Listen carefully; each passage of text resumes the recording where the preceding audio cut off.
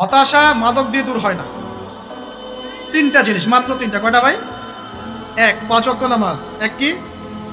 নামাজে আপনি অজু করে সিজদা দেন, ইনশাল্লাহ আপনার মনে প্রশান্তি না আসলে আমাকে এসে বলেন যে আসে না। চোখের পানি, মনের আবেগ যা আছে আপনার ভিতরে, কষ্ট, দুঃখ, যন্ত্রণা, সব আল্লাহকে ঢেলে দিবেন ইনশাল্লাহ। নিজের আবেগ ধরে রাখবেন এখানে, আপনি আল্লাহর জন্য ঢেলে দিবেন। এক ব্যক্তি খুব তার শখ যে তিনি সাহাবীদের মতো নামাজ পড়া শিখবেন। কথা বুঝতে পারছেন? সাহাবীদের মতো নামাজ শিখবেন। তো একজন বরেণ্য আলেমের কাছে এসেছেন, এসে বলছেন যে আমাকে সাহাবীদের মতো নামাজ শিখিয়ে দেন।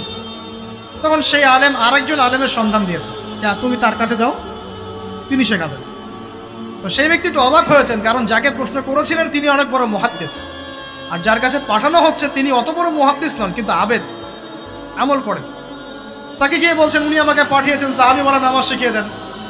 তখন তিনি বলছেন ঠিক আছে, সুন্দর করে ওযু করে আসো, সুন্দর করে ওযু করে আসো। ওযু করার সময় খালি খেয়াল রাখবা যে আমি ওযু করছি শুধু আল্লাহর সন্তুষ্টির জন্য। কি খেয়াল রাখবেন? ওযু করছি শুধু আল্লাহকে রাজি খুশি করার জন্য ওযু করছে, আর কোনো উদ্দেশ্য নয় আমার। ওযু করতে যাচ্ছে, তিনি আবার বলছেন দাঁড়াও, শুধু আল্লাহকে রাজি খুশি করার জন্য ওযু করো। আবার শুরু করছেন, আবার বলছেন শোনো, শুধু আল্লাহকে রাজি খুশি করার জন্য ওযু করো।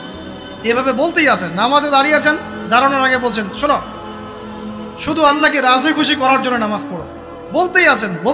এক পর্যায়ে সে ব্যক্তি নামাজ শুরু করলো, নামাজে মনোযোগ এদিক ওদিকে যায়, আর তার মাথায় এটা আসে, এই শুধু আল্লাহকে রাজি খুশি করার জন্য আমাকে নামাজ পড়তে, শুধু আল্লাহকে রাজি খুশি করার জন্য নামাজ পড়তে হবে। এই চিন্তা তার মনের মধ্যে ঘুরপাক খাচ্ছে। এভাবে নামাজটা সে শেষ করেছে।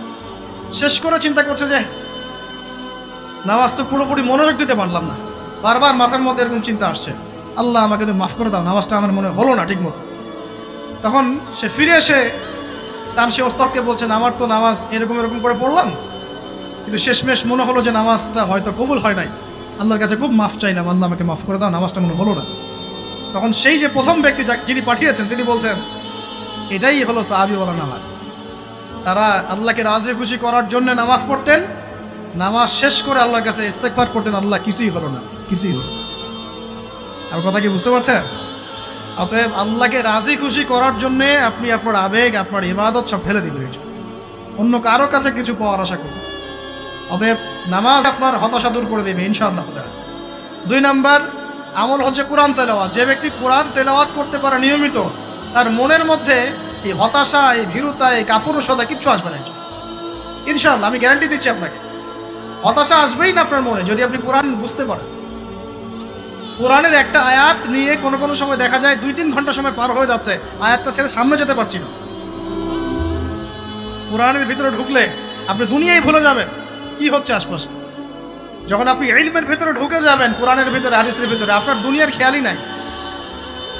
আমি বলতে চাচ্ছি যখন ইলমের ভিতরে, কোরআন হাদিসের ভিতরে ঢুকে যাবেন, আপনার দুনিয়ার খেয়াল আপনার চলে যাবে ইনশাআল্লাহ। এই টেনশন, হতাশা, এই সেই বাদ। তখনই আল্লাহ পাক আপনাকে তার পক্ষ থেকে রহমত দিবেন, বরকত দিবেন, আল্লাহ আপনার দুনিয়ার কাজগুলো করে দিবেন ইনশাআল্লাহ। তখন দেখবেন কেউ আপনার দুনিয়ার ওই কাজটা করে দিয়েছে, কেউ ওই কাজটা করে দিয়েছে, কেউ বাসায় খাবার পাঠিয়ে দিয়েছে, আল্লাহ পাকই এগুলো করাই দিবেন ইনশাআল্লাহ। তো প্রিয় ভাইরা, মাদকে যাবো না আল্লাহর কাছে আসবো? 2 নাম্বার কোরআন তেলাওয়াত, 3 নাম্বার আল্লাহর জিকির। 3 নাম্বার কি ভাই? আল্লাহর জিকির। চলতে ফিরতে সব সময় মুখ চলতে থাকবে, মুখ না চললেও মনে মনে মন তাজা থাকবে, মনে মনে জিকির হতে থাকবে। মনে মনে জিকির করতে পারেন? মুখ নড়বে না, কিন্তু মনে মনে আপনার একটা জিকির হতে থাকবে, সুবহানাল্লাহ, আলহামদুলিল্লাহ, লা ইলাহা ইল্লাল্লাহ, আল্লাহু আকবার। করা যাবে? তো প্রিয় ভাইরা, বেশি বেশি জিকির করব, সুবহানাল্লাহ, আলহামদুলিল্লাহ, লা ইলাহা ইল্লাল্লাহ, আল্লাহু আকবার, লা হাওলা ওয়ালা কুওয়াতা ইল্লা বিল্লাহ, এগুলো চলতে থাকবে। আল্লাহ পাক তৌফিক দান করুন। আমরা আমাদের সমাজে যুবকদেরকে এরকম টিকটকে দেখছি, অনলাইনে আসক্ত দেখছি, জেনায় আসক্ত দেখছি, পর্নোগ্রাফিতে আসক্ত দেখছি। আমরা দেখছি আমাদের যুব সমাজকে মাদকে আসক্ত, কিশোর গ্যাংয়ে আসক্ত। এইগুলো কি আমাদের কাম্য ছিল ভাই? আমাদের কাম্য ছিল? এই অবস্থায় কি যুব সমাজ আল্লাহ পাকের দ্বীনের পতাকা হাতে নিয়ে আল্লাহর জমিনে দিন কায়েম করতে পারবে কিনা একটু আমাকে উত্তর দেন দেখি। এখন এই অবস্থায় পারবে? অতএব অবস্থার উন্নতি করতে হবে কিনা? উন্নতির জন্য রাজি আছি কিনা ইনশাআল্লাহ? আমরা চাই কি আল্লাহ পাকের দ্বীনটা আল্লাহর জমিনে প্রতিষ্ঠা লাভ করুক, আল্লাহর দ্বীন সবার ঘরে ঘরে পৌঁছে যাক, আল্লাহ পাকের দ্বীনের যে সৌন্দর্য সবাই সেটাই, এই সৌরভটা সবাই পাক, আমরা চাই কি না? সমাজে শান্তি প্রতিষ্ঠা হোক, আবার সেই রাসূলের মতো যুগ চলে আসুক, আমরা চাই কি না? অতএব আমাদের সবাইকে যৌবনের এই প্রলোভনগুলো থেকে বেরিয়ে এসে আল্লাহ পাকের ইবাদতে আত্মনিয়োগ করতে হবে। আল্লাহ পাক আমাদের সবাইকে তৌফিক দান করুন, বলি আমিন।